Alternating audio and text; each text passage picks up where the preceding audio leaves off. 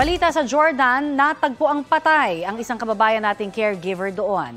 Kwento ng kapatid ni Mary Grace Santos, October 11 nang mabalitaan nilang nawawala siya at hindi na sumasagot sa kanilang pag-contact.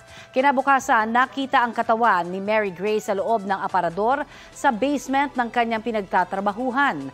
2 anak ang naulila niya. Batay po sa police report na nakita ng nanay ng biktima, lumalabas na hinalay at sinakal daw si Mary Grace. Arestado na ang suspect na menor de edad na anak ng kanyang katrabaho. Matagal na raw umanong may gusto ang suspect kay Mary Grace. Inaasahan ng Overseas Workers Welfare Administration na maiuuwi na ang labi ni Mary Grace bukas, Sabado.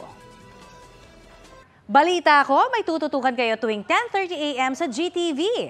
Alamin ang mahahalagang balita at impormasyong dapat niyong malaman sa Balita Ko tuwing Lunes hanggang Biyernes. Mag-subscribe din sa GMA Integrated News sa YouTube.